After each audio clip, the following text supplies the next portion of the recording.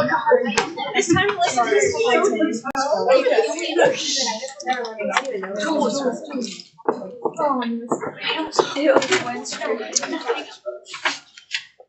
Okay, if you have an electrolyte, that means that when it's dissolved in water, it conducts electricity. And you know that things that have freely moving ions conduct electricity. And if electricity is conducted through a molten electrolyte, molten means that it's melted.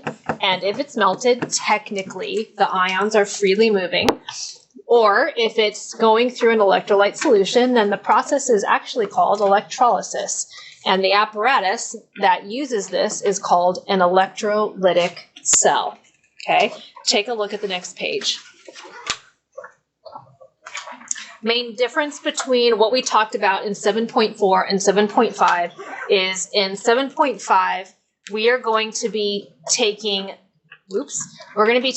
non-spontaneous redox reactions, and we're going to be driving them with electricity. Okay? All right, so here it says, in an electrolytic cell, oxidation is happening at the anode, and reduction is happening at the cathode. This is exactly the same as the electrochemical cells that we talked about in the previous section. The only difference here is that they are taking place in the same container. So here you've got your cathode and your anode in the same container. Does that make sense? So this is a diagram of an electrolytic cell, and this right here is representing the energy or the electricity that you're putting in to drive the non-spontaneous redox reaction. Okay, here it says the schematic symbol at the top of the figure represents the electrochemical cell that serves as the source of a direct current, which is electricity, that's driving the cell. Okay, can I move down? Okay, all right. Although electrolytic cells look like electrochemical cells, they're transforming electrical energy into chemical energy. And the direction of electron flow is going to be slightly different. So here it says that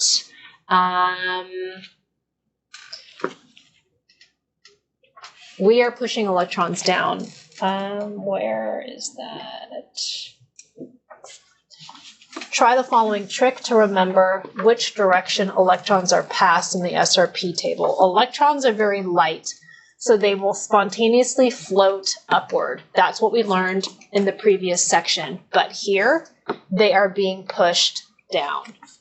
Okay, that's why it's non-spontaneous. If you take a look at the bottom paragraph, the voltage for a non-spontaneous reaction will be negative in electrochemical cells. And what that's telling us is approximately how many volts we have to supply to get that electrolytic cell to go.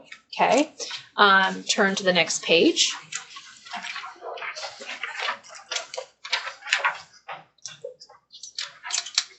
On the next page, they talk about overpotential as being the voltage that you actually need to drive it. So that's what they define it as. And we're going to take a look at one of these problems in the practice problems down below. Okay, so let's come down here and let's take a look at practice problem number 1. They want us to predict how many volts it will take to operate this electrolytic cell. They're giving us the half reactions. So here is one half reaction and here is the other. And if you take a look at the electrons, they don't match, right? I have 2 electrons here, but I don't have 2 electrons here. So you would need to multiply this half reaction by 2. And that would give you, I'm just going to write that over here. I've got my nickel with my 2 electrons going to nickel metal. This would give you 2 silver metals and then 2 silver ions and 2 electrons. Okay, you take a look at the voltage. The nickel is correct me if I'm wrong, negative 0.26 volts. Agreed? Okay. And then your silver metal is negative 0.8 volts. Okay. One of the things that I saw some people doing on the quiz was when you had a coefficient, like when you had to multiply a half reaction by a coefficient or a number to get the electrons to match, you guys were multiplying the voltage. You don't have to do that, or you don't want to do that, okay?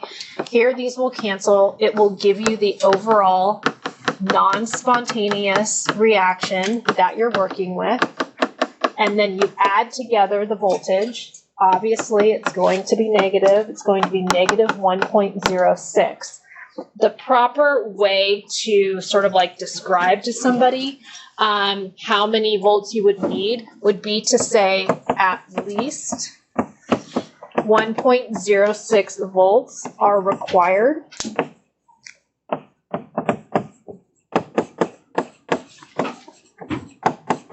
to operate the cell or to drive this non-spontaneous reaction. Does that make sense? Do you want to try one of these on your own? Yes. Just to make sure, so you reverse the half reaction that's below the other one on the table? Like, how'd you know to reverse this? I don't even have an SRP table in front of me. Does somebody, I want to borrow real quick. You can just keep that one because That's the extra. Okay. All right, so you've got on the table nickel, what, like a third of the way up from the bottom? Okay, and then you've got silver where? Above it, probably. Up at the top, like a third of the way down. Okay, so yeah, since you're pushing electrons down, and they already put them in the order that you wanted them to be, just in the problem. Yeah. But since you're pushing them down, the one that's at the top is the one that would be reversed. Oh, the one that's on top. Yeah, Okay. because that one's sending electrons down. Okay, yeah. Is that what makes it non-spontaneous? Yes. Okay. Okay, do you want to try number 2? Yeah. Okay, try number 2. Your numbers match mine? Okay. My writing is messy, so. Okay. Yes. Why would you not flip one of them? Huh? Like, why would you not switch the orientation on the equations? So didn't they already give it to us in the order? Gave it to us that way. They gave it to us in the order that we needed. So this is at the very top, right? They already flipped this. Oh, I get it. Okay. So do you not have to change the sign? Not Like to make this. it positive? This was positive. So here it's negative. Does that make sense? Yeah. So it was positive in the correct order. They reversed it for us already. So hence the reason. Yeah? Okay. So we're good with this? Yeah. I can move on to bigger and better things? Yeah. There isn't much to talk about. So, all right. On the next page, they simply compare the difference between electrochemical and electrolytic. They actually do a really good job of it. That's kind of the end of this section. Can I go to the next page? You all have this? All right, so let's come over here. And here they're simply showing you like the direction of electron flow with these arrows. And then like in terms of using the SRP table. But down here, they do an amazing job of differentiating between electrochemical versus electrolytic. So here they're using a spontaneous redox reaction. Here's the non-spontaneous. Here your E is positive. Here it's negative. You have a salt bridge here. There's none here. This is exo and endo. This is making electricity. This takes it. This has your 2 half cells. This only has 1. And then down here, they're describing in terms of the oxidation and reduction half reactions where they are on the SRP table. And I think that's good enough. Okay, let's turn the page. When would you use like an electrolytic cell? That's a good question.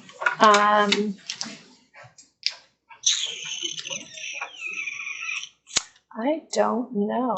Electrolysis uses electrolytic cells. So maybe, are those hair removal things that do electrolysis? Or those have to be using it? Okay. Yeah. Okay. Do you guys want to do the quick check on the next page? Sure. Okay. Let's do it together because. Okay, we have 2 half cells.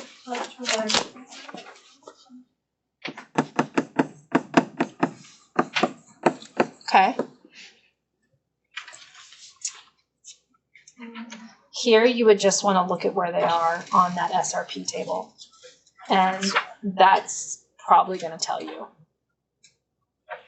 you know what I'm saying? And look at the direction. Because like they told you, this is the oxidation one. So this is the one that's losing. And then this is the one that's gaining. So look at the direction that the electrons are flowing. And that'll give you your answer. Electrolytic? Yep. Yeah. Okay. Number 3. That's fine. Cool. Yep. Wait, that's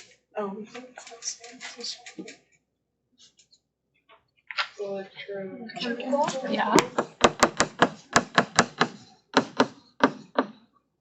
Okay. Cool. Yeah.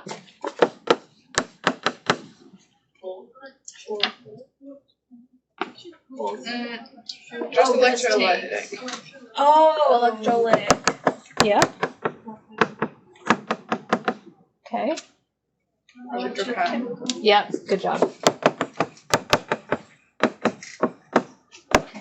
Okay, now, the next part just describes the 3 different types of electrolytic cells. I'm not going to go into that at all. It just, the differences mainly are like what kinds of electrodes do you have and what are those electrodes in. So I'm skipping all that. Sound good? Yeah. All right, let's go to the practice problem. So let's go over to the next page. Let's go over here. I want to look at this. Number 2, draw an electrolytic cell with carbon electrodes in nickel 2 bromide. Label the DC source, the terminals, the anode, the cathode. Show each ion in solution migrating toward the appropriate electrode. Write the half reaction that occurs at each and predict the voltage required. What? Whoa. That's a lot. Okay. And then they want us to connect those and label them with a DC source. So it looks something like this.